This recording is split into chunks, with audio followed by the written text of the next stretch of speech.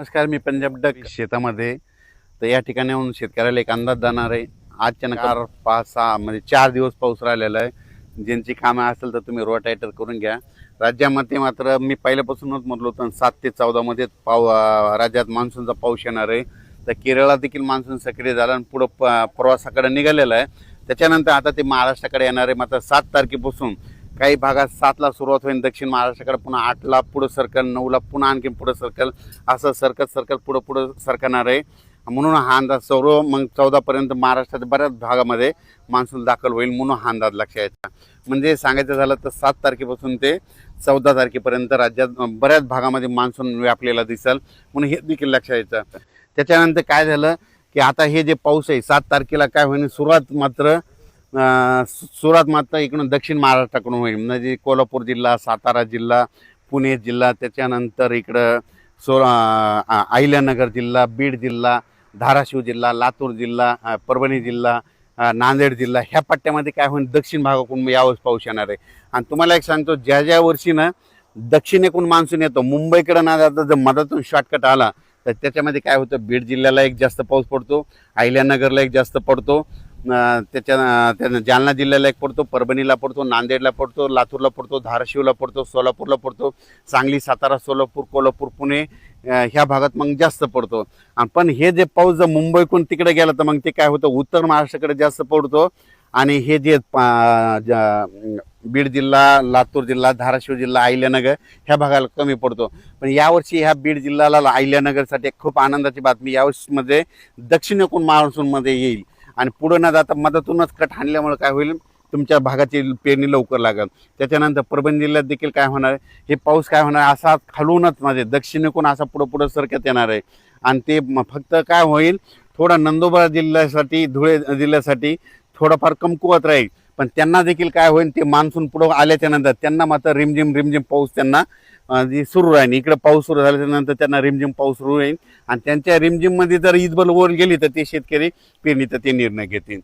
पण राज्यात काय झालं की बराच प्रसार माध्यमातून म्हणतात की यावर्षी दुष्काळ पडणार आहे. तर तुम्हाला सांगतो, दुष्काळ वगैरे काही पडणार नाही. पाऊस थोडाफार कमी राहील, पिकं चांगले येतील. मात्र परतीचा पाऊस धुमाकूळ घालणार आहे, त्याच्यामुळे दोन्ही पिकं येणार आहे, रब्बी येणार आहे आणि खरीप पण येणार आहे. त्याच्यामुळे ही शेतकऱ्यासाठी सर्वप्रथम आनंदाची बातमी. पण काय झालं, बऱ्याच प्रसार माध्यमातून म्हणतात की दुष्काळच पडणार आहे. तर तुम्हाला हे सांगत असताना सांगू इच्छितो, यावर्षी पावसाचं जेमतेम सरासरीचं प्रमाण सांगतो कसं पडणार आहे. जूनमध्ये थोडाफार कमी पडेल, पेरण्या होतील, म्हणजे पेरण्या 2 टप्प्यात होतील. एक होतील 7 ते 14 मध्ये होतील आणि नंतर काय होईल, 20 ते 30च्या दरम्यान एक पेरणीचा टप्पा राहील.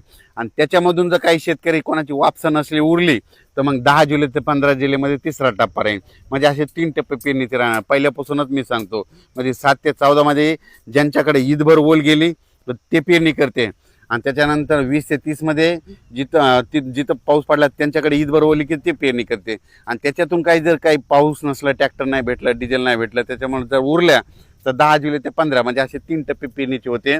पण शेतकऱ्याला सर्वप्रथम सांगतो, तुम्ही काय करा, पाऊस पडल्याच्या नंतर शेतामध्ये कुदळ घेऊन जा आणि कुदळ घेऊन झाल्याच्या नंतर तुमच्या जमिनीमध्ये काय करा, अशी ईदभर ओल गेली, अशी ईदभर की कधी पेरणी करू शकतात. मग काय होतं ना, शेतकरी काय करतात, हे 4 बोट ओल गेली की त्याच्यावर पेरणी करतात आणि तुमची पेरणी फेल जाते.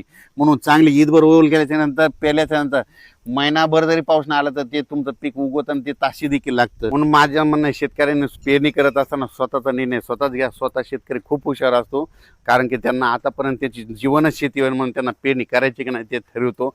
म्हणून हे लक्षात घ्यायचं. करायला परत एक सांगतो, आमच्या इकडे परिस्थिती कशी, आम्ही ईदभर ओल गेली की पेरणीचा निर्णय घेतो.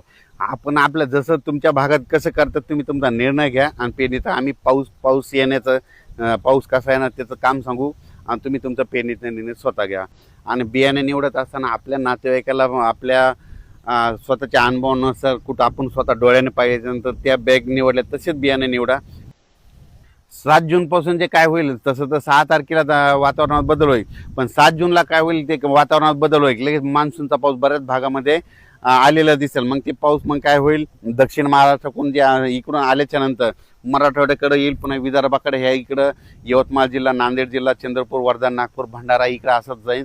तसा पुढं ते अमरावतीकडे सरकल, अमरावतीकडून बुलढाण्याकडे जाईल, बुलढाण्याकडून इकडे जळगावकडे जाईल, धुळ्याकडे जाईल आणि त्याच्यानंतर संभाजीनगर हे असा भाग बराच म्हणजे अहिल्यानगरपासून हे असा भाग जवळपास यामध्ये 14 तारखेपर्यंत कव्हर करून जाईल. आणि मान्सूनच्या पावसामध्ये जमिनीमध्ये ईद बरोबर गेली तर तुम्ही तुमचा निर्णय घ्यायचा, पेरणीचा निर्णय तुम्ही घेऊ शकता. अचानक वातावरण बदलला तर उद्या एक लगेच मेसेज दिला जाईल. धन्यवाद.